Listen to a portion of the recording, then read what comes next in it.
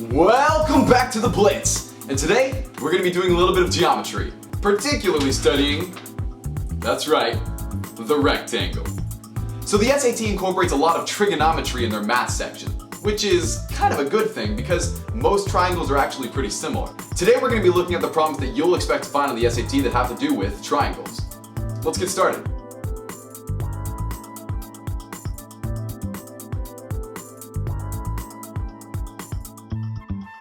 Today, we're looking at triangles.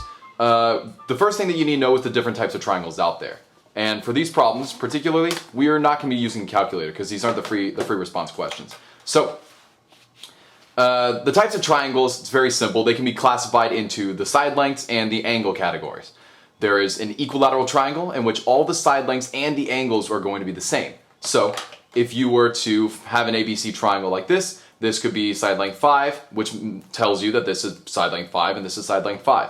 Tick marks on each of these triangles are here to indicate that they are congruent sides, that they're of the same length. And that helps you to solve problems because it makes you move a little bit faster.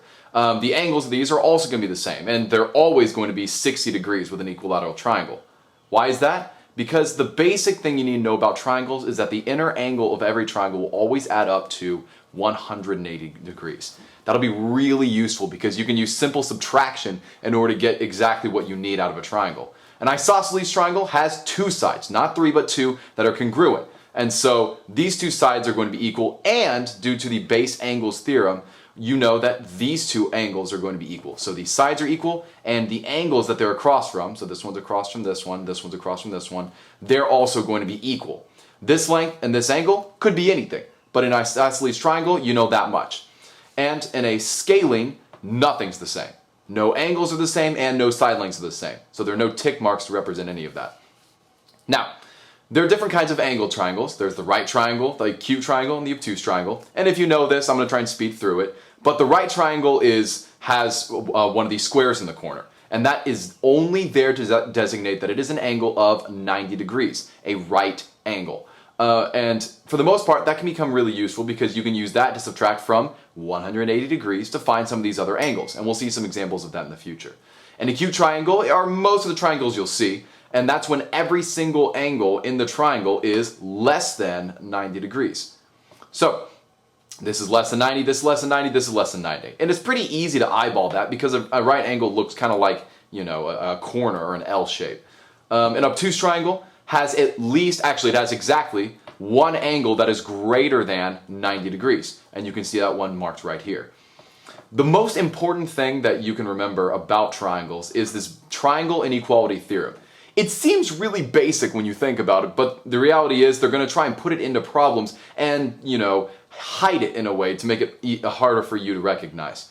The basic theorem states that when you have two sides of a triangle that are connected, so like this A and B, when you add those together, they together will be greater than this third side, C. And that has to make sense because if you try to draw a triangle with, you know, two sides and then one side that was longer than both of them, you wouldn't have a triangle, you'd have some weird shape.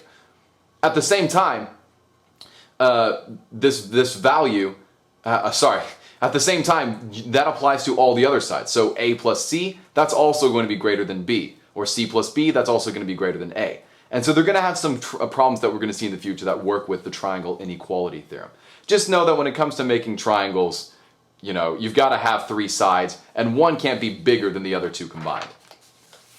So we're going to be looking at some special types of triangles because they're the ones that they put on the test. You see, the SAT works with really quick problems, so they're not going to make you do massive amounts of calculations in the multiple choice section. So they're going to try and give you specific examples where you can apply your knowledge, but in a really quick way. So they're going to use basically shortcut problems. Now, there are two different types of problems that you'll find. You're going to find a fill-in for side or for angle. I started with angle because it's a lot easier. You can see here that we have a right triangle, indicated by the square here. And just as a little sample problem to show you what it means, this will give you the information. So all information that the problem gives you will be boxed. It says the angle C is equal to 40 degrees. So we can just write that in, 40 degrees. It asks you to find angle B. Well, we know that a triangle has 180 degrees, so you subtract 90 degrees from this side, and then you subtract 40 degrees from this side, and you get 180 minus 90 equals 90, minus 40 equals 50 degrees. So you know for a fact that this angle B is 50 degrees, and you can write that in. So here's another one over here. This is with side lengths. Now, what we have to remember is that tick marks indicate that they are indeed equal. This is an isosceles triangle. So when this says find the length of AB, so the side length of AB, you're looking at this side right here. So what does this say? All we have to do is remember that, that these two are equal, because this problem tells us that P, which always stands for perimeter in these problems, capital B, P stands for perimeters, equals 35. Doesn't matter what units it uses, it could be centimeters or inches or whatever. In this case, nothing, and that's okay. The perimeter is worth 35. So because we only have one side length, it would seem difficult to solve it because we can't just subtract like over here. But it's actually not that difficult. You take 35 as the side length, subtract 15, and you have 20. Well, each of these side lengths is equal, so all you have to do is divide that value by 2, and you get the value of not only one, but both sides, which is 10. So since you're not really focused about BC, you have your answer over here, which is 10. And you fill it in just like that. One really common proportionality that they use in these questions are similar triangles. And all it means is that you have one triangle and you have another triangle, and the angles of each of the respective places, the correlating places, is equal. So I've represented that here. X degrees, y degrees, y degrees, z degrees, z degrees. And even though the triangle looks smaller, believe it or not, the angles are exactly the same.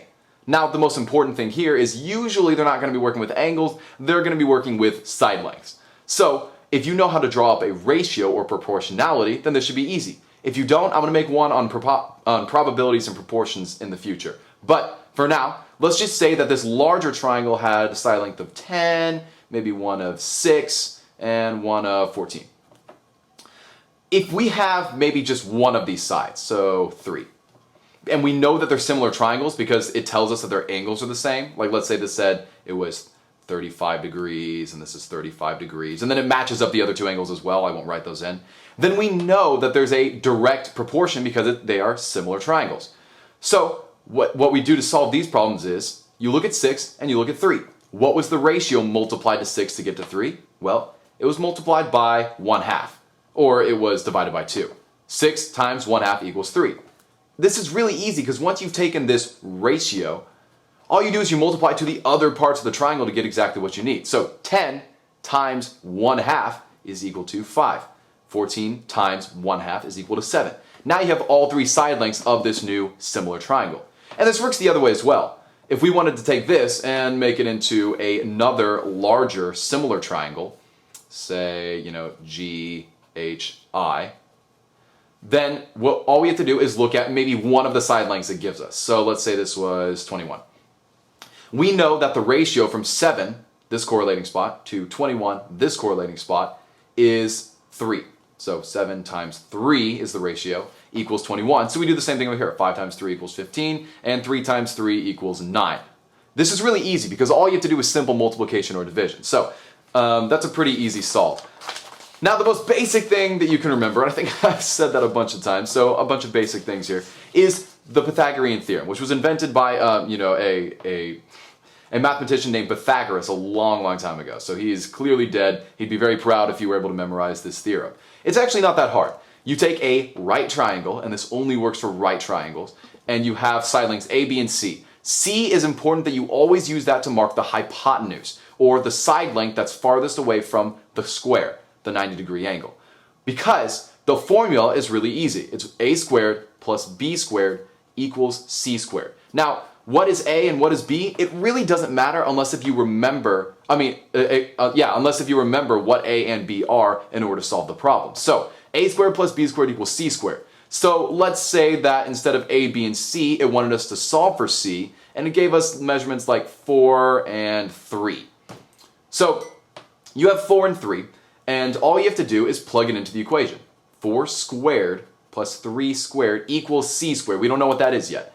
So we take 4 squared gets 16, 3 squared equals 9, equals C squared. 16 plus 9 equals 25, which equals C squared. And so if you take the root of 25 and you take the root of C squared, then you're going to get 5 equals C. So we know that this side length equals 5.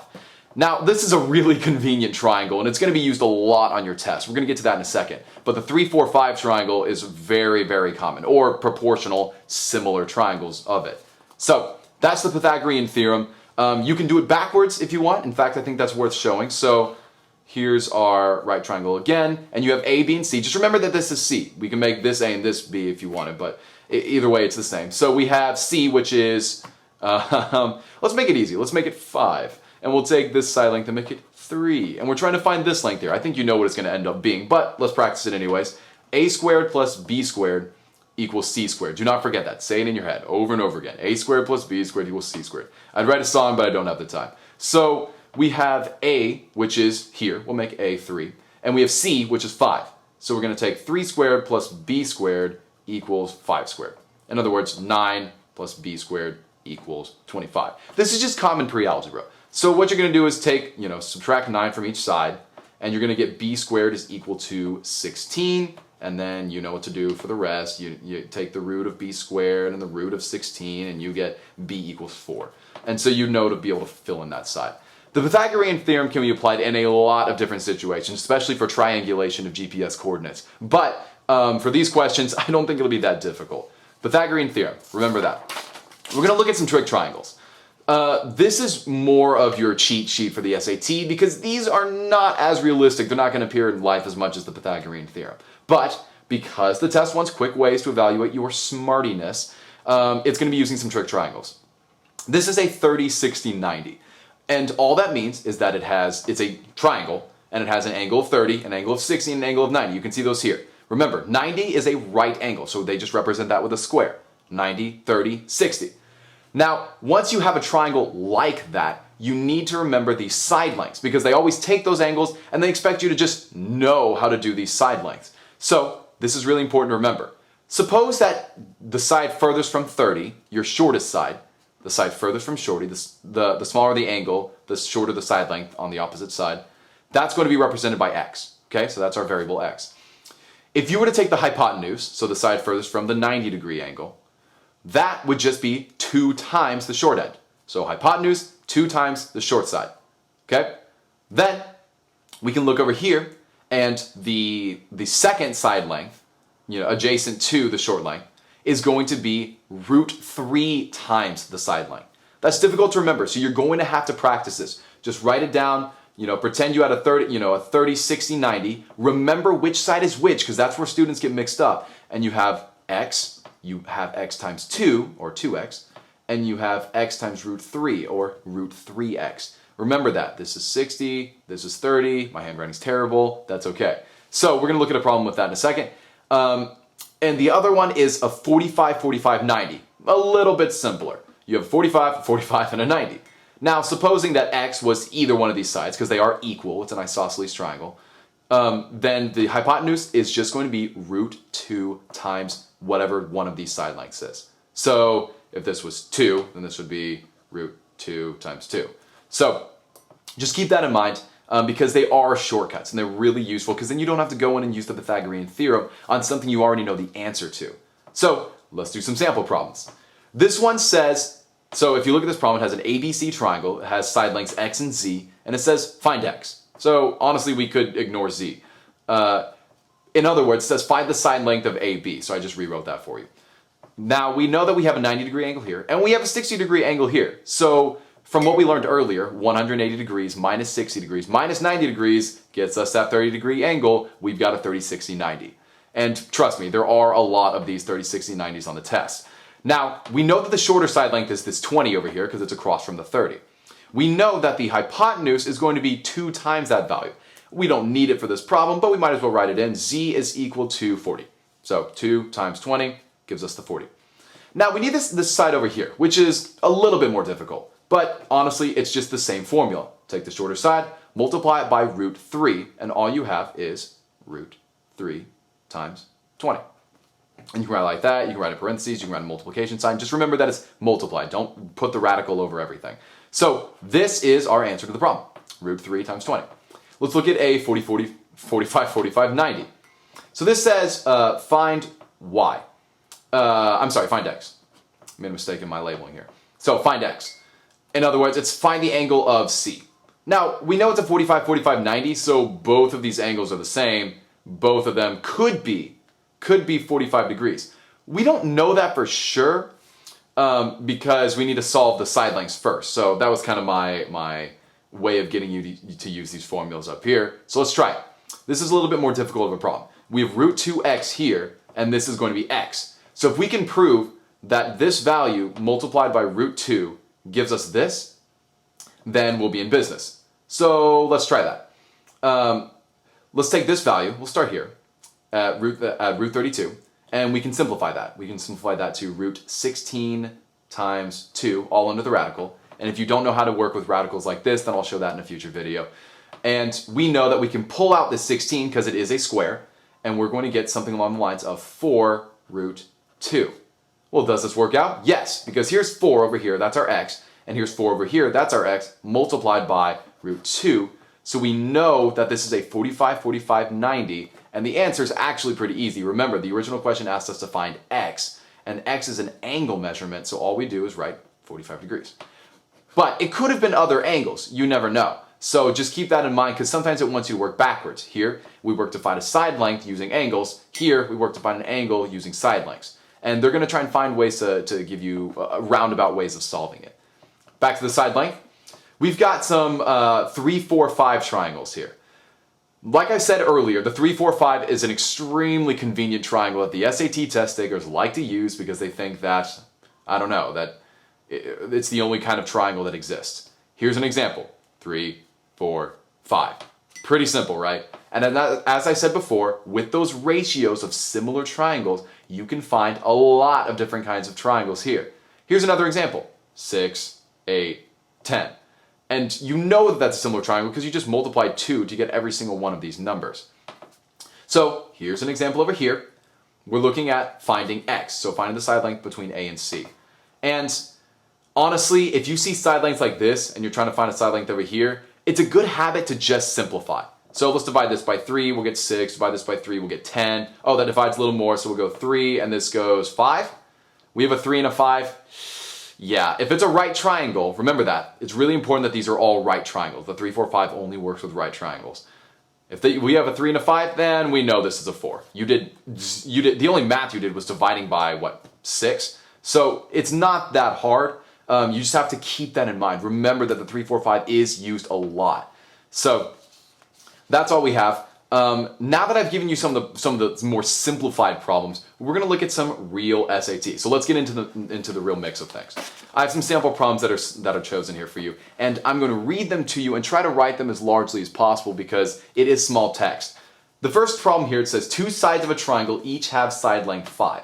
All of the following could be the length of the third side, except, and then it gives 5 side lengths. Remember that this says except. It's important to remember. So when we're looking at these triangles, it is so important that you draw it. So it doesn't matter if it's the exact triangle that's there. Let's just draw a triangle. This has side length 5, this has a side length 5. Now we're looking at this side length over here. Realistically speaking, we could think about what it might be. And as I look at this, I don't think it's 1, 3, 4. I don't think it's root 50. I don't think it's 10. Well, actually, come to think of it, it might be something, in between 5 plus 5, which is 10, and 5. So maybe this number, 7.07, will fit in the range, but we'll look at that in a sec. So we're looking at this. We're like, what could be a possible length here? Because there are different sides you can use. You can do 5 and 5 like this, and what is that worth? Or you could do 5 and 5 like this, and what is that worth? So we're looking at different values here. Now, you can kind of visualize it and take a guess, or you can remember something that we looked at earlier. Do you remember when we looked at the triangle inequality theorem? All it states is that when you have 3 sides, 2 of the sides is going to be greater than the third side. Or in other words, one side can't be greater than the other 2 combined. So when we take 5 and 5, we automatically know this side can't be a length of 10. That eliminates 10. And we know that this side length, so we know that it can't be 10. Now, all the rest of these, they could be correct. Look at this. I actually made a mistake here. All the rest of these could be correct. This could be 1. This could be 7.07. This could be 4. So all of these are correct. I was the one that forgot that this was actually an except problem. We know that 10 is not an option, so actually that's our answer. And let's see if we got that right.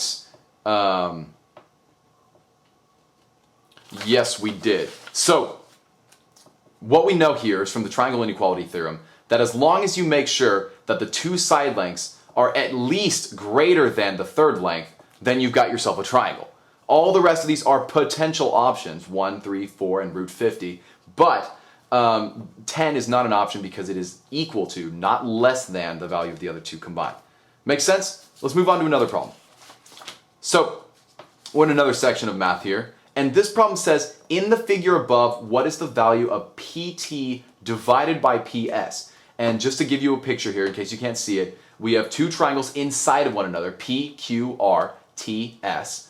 And the values here are x degrees and x degrees, which tells us that they're congruent angles. And we have side lengths here of 8 and 10. And PT goes from here to here, so I'll mark that with a Y. And PS is this longer length that goes here, and I'll mark that with a Z.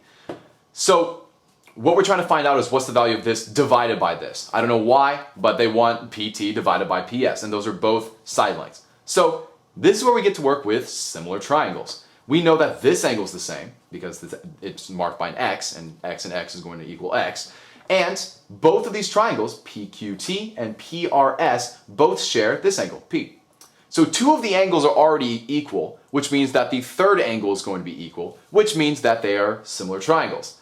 So I'm going to draw them out separately because it's hard to visualize the way that they have it set here. We have a larger one and we have a smaller one. This is definitely not drawn to scale. One of these lengths is 10. One of these is 8 and one of these is 10. Now, all we have to do is find this length and find this length. But the cool thing is, we already know the ratio between these two. So, all we have to do is solve for this larger length. Now, we have an 8 here and we have a 10 here. So, we're going to find out the ratio it takes to get from 8 to 10. And honestly, all you have to do is take the value 10, divide it by 8, and you're done. So you take the second value, divide it by the first value, and you've got your ratio. So in this case, we have 5/4. Or if you multiply 5/4 by this value, you're going to get this value. Now that we have the ratio between the two, we know that whatever value x is or y is going to be equal to 5/4 times the value of x. Or, sorry to take this space over here, y equals 5/4 x. So, if we were to take that, let's just suppose that's there. Another thing that we need to keep in mind, and this is from the segment addition postulate, is that PT is equal to, is that PS, this larger length, is going to be equal to PT, the shorter length y, plus TS, right here. And so, in other words, this shorter length is part of the larger length. And that'll be easier to remember if we apply it to this ratio right here. So what is the value of PT over PS?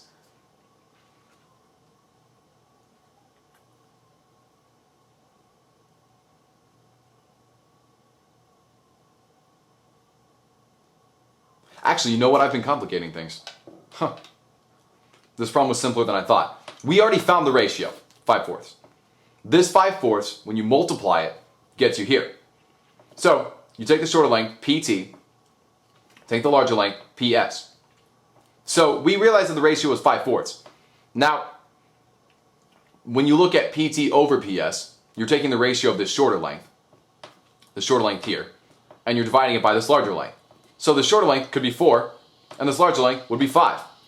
When you take 4 over 5, then you've got the inverse of ratio, which is what you would want because you're dividing, and you have your answer, which is 4/5. And according to my answer guide, that is correct. So working with ratios like this is going to make it a lot easier because you know how to solve it. And because I did an incredibly great job with this pen and not a pencil of complicating this problem, let me go over what we just did again. So we're looking at two triangles, and they are similar. How do we know? Because at least two of the angles that both of them have are equal, so the third one is equal, therefore they're similar triangles. We had a length here, and we had a length here. We were given the lengths here and here. From these two lengths, we were able to find the ratio between the two. And it's really easy. You just simplify this to a 4, and you simplify this to a 5. So one length divided by the other length would be, in one effect, 4/5. It doesn't matter what these lengths are because they have the same ratio. So you could take x and make it 4, and you could take y and make it 5. So the ratio of one side length over the other is going to be 4/5, which is actually the correct answer. So we've got that. Let's look at one more question, if I can find it. Ah, yes. Okay, this is going to be a challenge problem. So it's really hard to see. I'm actually going to zoom it in for this one because it is pretty interesting the way this guy works. This is a staircase. It says, on the staircase shown above, both the depth and the height of each step are s, and each step forms a right angle. What is the value of t in terms of s? So if you can't see, there's a tiny little s here and a tiny little s here. So every single length here, all of these are equal to one another, and they're all s. Now, we want to find out the length of this just straight up line that goes up the staircase, the slope of the staircase. So we're going to find t in terms of s. Now, this is going to be really difficult, but we're going to break this down piece by piece. So let's just take one little section. I'm going to draw it right here. We have an S, we have an S, we have a T. So both of these triangles are equal. What does that tell us? It tells us that since these are right angles, like it says, forms a right angle, we can draw a right angle in here. Oh, look, this is probably, in fact, it is definitely a 45, 45, 90, because these two side lengths are equal. What do we remember from before? Well, if we go back to our trick triangles, which is right here, we know that when you look at an ABC triangle that is a right triangle, that any of these side lengths, you multiply by √2 to get this diagonal length, or the hypotenuse. So it doesn't matter what s is, t is going to be equal to that value s multiplied by √2, or t equals √2s. So we have that value. That was just one little length. So this is actually pretty easy. Now we just count the steps. 1, 2, 3, 4, 5, 6, 7. So, in other words, this entire slope is equal to 7 √2s. And so all you do is you look over here. Do we have it? Yes, we have it here. It's written differently. It's written 7s √2, but it's the same thing. Since they're all being multiplied to one another, it's the associative property. You can move it around as much as you want, or the commutative property, sorry. So you just circle that answer, and that is the answer to one of the challenge problems. It's just a different way of getting you to think. You'll rarely come across questions like this on the SAT, but it is always the same. It had a staircase, it was trying to scare you, and all we did was break it down into just one of those triangles, used a trick triangle that we had from earlier, and we found the answer. So, when it comes to triangles, here are the things that you should remember. They're equilateral, isosceles, scalene, right, acute, and obtuse triangles. And that's simply defined based upon their angles or their side lengths. When it comes to any triangle whatsoever, two of the side lengths will always be greater than the third side length. There's no exception. Some of the problems you'll find will be to fill in the angle or fill in the side. Sometimes they'll use angles to find the side, sometimes they'll use sides to find the angle. When it comes to similar triangles, if they have the same angles on the inside, then there's a ratio going between one triangle to the next.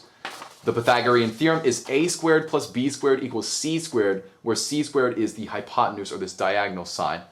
The 3, 4, 5 triangle is a big shortcut that a lot of people use, and that only works with right triangles. The 30, 60, 90 is something worth memorizing. It is x for the shortest end, 2x for the diagonal end, or the hypotenuse, and √3x for the longer adjacent end. And for the 45, 45, 90, both of the side lengths are equal, and the hypotenuse is √2x. And this was the 3, 4, 5. And then when it comes to breaking down triangles, what you need to do is remember your formulas. So at the end of this video, I'm going to have a compilation of the equations we used throughout this work session. If you have any questions or any problems that you'd like for me to work out, then please put them in the comments section below. It's really important to me that I get a feel for how you guys are learning, because this is, after all, my first release of this series. So tell me what you think. Tell me if it was helpful. Tell me if I need to go faster, slower, cover different concepts, use different equations, not use my own handwriting, or if you would like to see something new in the future. So please leave your comments. thumbs up this video if you like it, send it to your friends if it's helpful, because after all, my goal is to get people set up for succeeding on the SAT. So, this is Nathan Eloquin with the SAT Blitz, and I hope that you guys enjoyed it. Signing off. Like NFL Blitz style, like the actual game. And they have a commentator. Well, welcome back to the Blitz. I'm Nathan Eloquin, your host, and today we'll be studying triangles. Yeah. That's not gonna work. Oh, like a little symbol of like a triangle.